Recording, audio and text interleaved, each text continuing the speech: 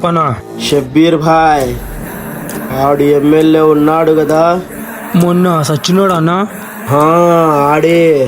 ఆడి కొడుకు మన ఎమ్మెల్యే సార్కి అడ్డొస్తున్నాడంట. నువ్వు వెళ్ళి కొంచెం వాడికి ముక్కిరా. సరే అన్నా. ఏయ్,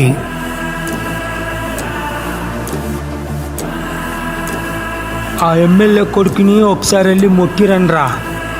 సరే అన్నా.